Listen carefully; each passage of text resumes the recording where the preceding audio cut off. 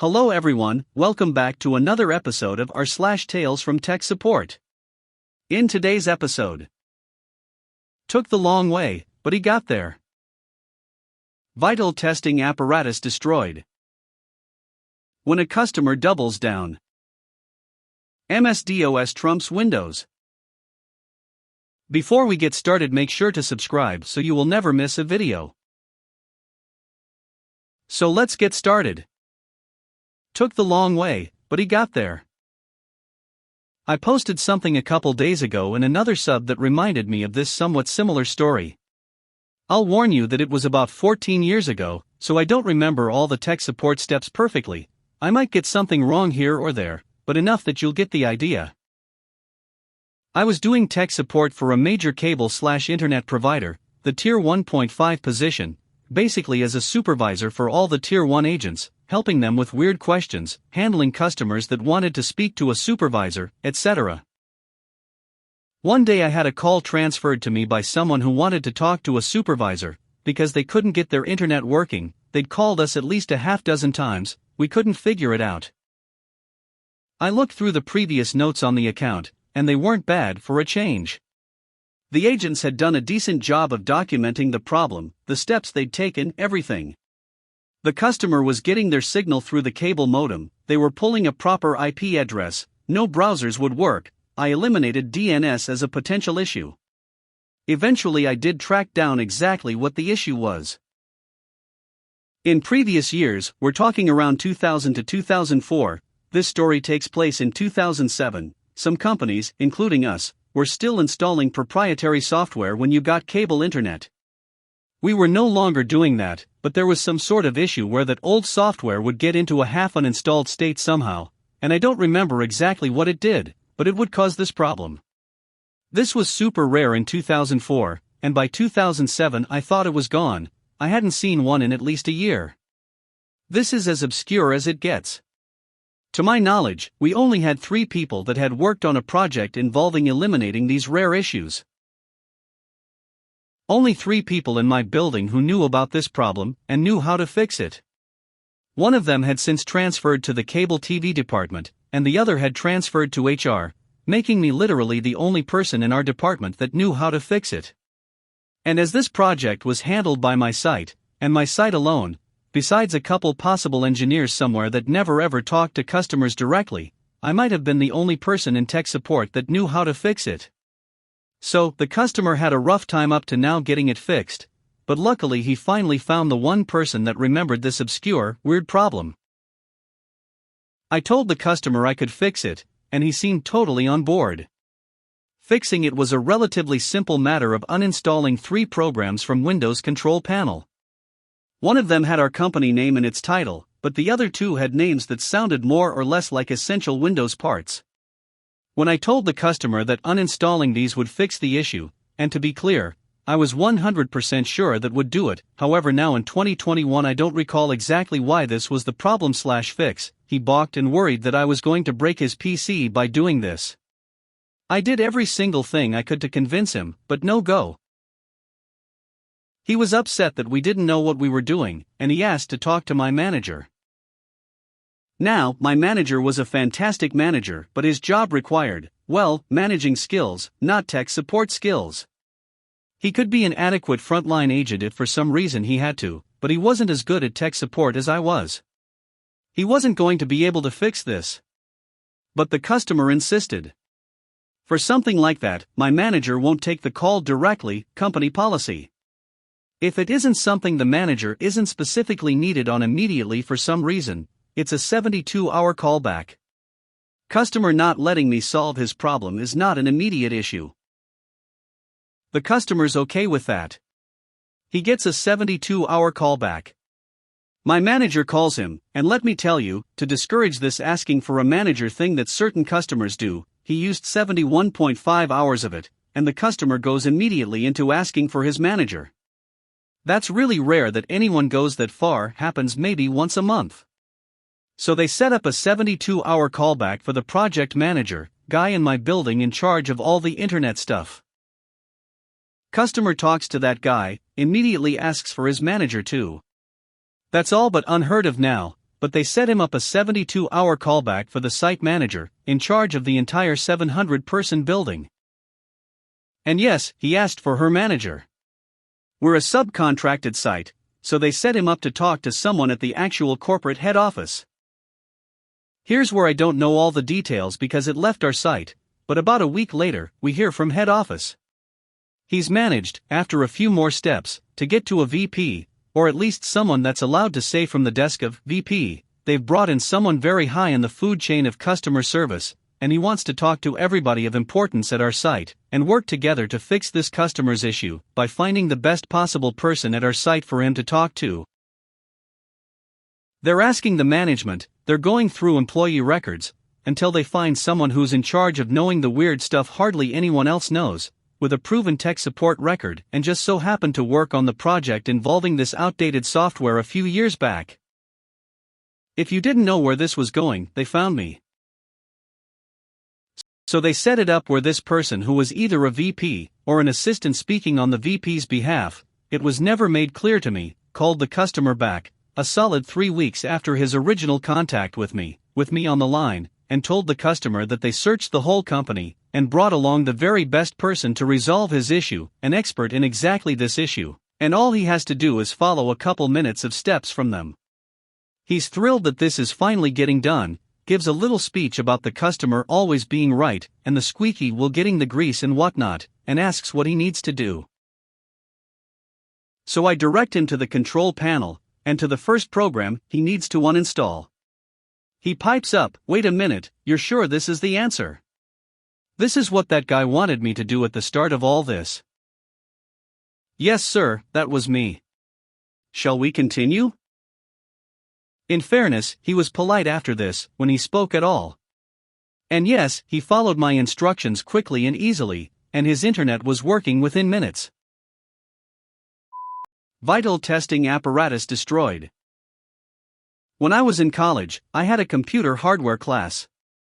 We had a computer and electronics lab where all the case side panels were missing. We could remove and reinstall anything but the CPU and heatsink. We had a practice mainboard in the classroom that had electrically failed at one point, but the slots were still intact enough for the teacher to have us, practice taking parts in and out.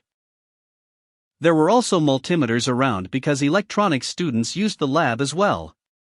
They were digital, but one relevant detail is that the current measurement function was not equipped with a fuse unlike most other multimeters. You probably know where this is going. A student wanted to verify that the computer's power supply was working properly, so he grabbed the multimeter and turned it on. However, he didn't double-check where the probes were plugged into before he put them between plus 12V and ground on a Molex connector. We heard a loud pop and the student yell in surprise. Several other people yelled out, some let out certain 4-letter words, some laughed. I figured a power supply just blew out or something. I was partially right, the power supply didn't just burn out on its own, but it was now dead, along with the multimeter in question. He had connected the 12V supply across the AMPS range of the meter. You are supposed to put that in series with your load, never across a power supply directly. But it was too late. The LCD was just showing all segments black. At first it looked like it was completely fried. It appeared to recover after turning it off and on again, and it could still measure voltage and resistance, but the current measurement function never worked again. The power supply's 12V didn't work anymore either.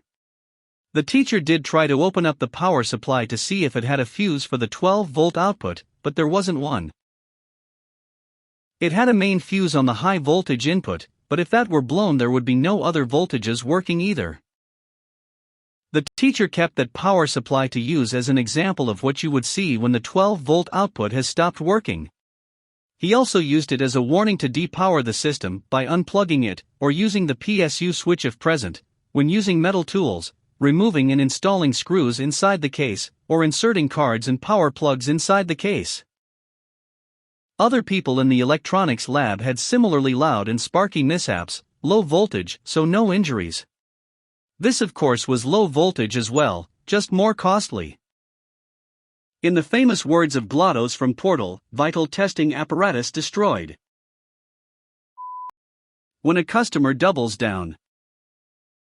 I had just finished up for the day when a director from one of our clients calls my mobile directly. This isn't unusual during business hours, however. I was meeting with her the next day, so I figured she may have been calling to reschedule. Anyway, let's refer to her as A. I checked the time, it's about an hour after our business hours, so I figured screw it, I'll answer. They pay a lot, so it should be important. Me, hi A, how are you, what can I help you with?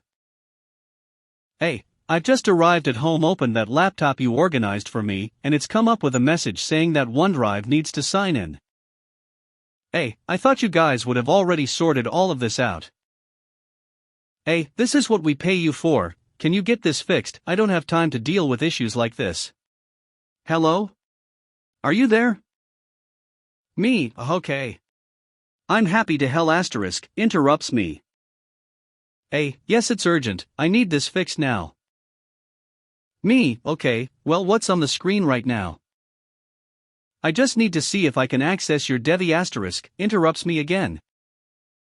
Hey, I don't have time for this, can't you just jump in and fix this? Me, yes, I'm just logging into our remote support system. Hey, righto. Awkward license whilst I log in, an MFA. Hey, hello, are you still there? Mutters something. Hello? Me, yes sorry I'm still here, I'm having trouble connecting to your machine as it appears to be offline. Hey, it's not offline, I'm connected to the Wi-Fi. There is a globe icon in the taskbar which I know means I'm connected. Me, okay, the globe usually means that you are not connected, we just need to star. Hey, again I don't have time for this, it should just be set up already. Hey, hello? Me, let's just try something, just open Chrome and try to go to YouTube or Facebook. Hey, fine, give me a second. Click, click, click. Tap, tap, tap, tap. Hey, it says there is no internet connection in Chrome. Me, okay, that would be why I can't connect remotely. Let's just reset your Wi-Fi connection. Right-click on the globe, right-click on your network. I talk her through reconnecting to her home network. Whilst we were doing that, I could hear click frantically, and then the machine freezes. Hey, now the computer is frozen, this shouldn't happen, this is ridiculous. Me, okay, let's just power cycle the laptop and... I talked her through doing that. One reboot later. Hey, it started again and wanting me to log in. Do I log in? Me, yes please. Hey, okay, it's taking forever. It isn't, I'm watching it now, after a few seconds it logs in and OneDrive starts syncing. Hey, it's working now, what did you do? Me, all we've done so far is connect your laptop to the intern * interrupts me again. Hey, it was connected before, your guys didn't set up my laptop properly, this is what happens when things are missed. Me, it's an automatic process for all of your business computers, you log in, and if OneDrive can talk to the internet it will automatically logi * interrupts me again. Hey, it's working now, just remember this can't happen again. We pay good money to make sure things like this don't happen. We can talk about this further tomorrow. Me, no problem, I'm happy that I could help 5-star. She hung up. I still had our RMM window open. Sat there bewildered for a moment and watched her open Chrome, type in Netflix, and start watching a movie. F** King MSP Life. MS-DOS trumps Windows. So the downside of contracting is sometimes there is a bit of a slump. This is one of those times, and the agency has been getting me work for only 2 days a week for the last 3 weeks. So I chase up the agency for better work. JJ baby, you've got to get me a regular 5-day gig. I'm dying out here, say I. Well, I've got something, but you won't like it. Anything, I'll take it. So Monday I turn up and it's a laptop migration job. Easy work, copy the data folder from the old laptop to the new laptop, and a team of us are doing the work. 3 weeks in and I bored. 4 week and I'm on the phone. JJ, this job is killing me, and I need to leave next week.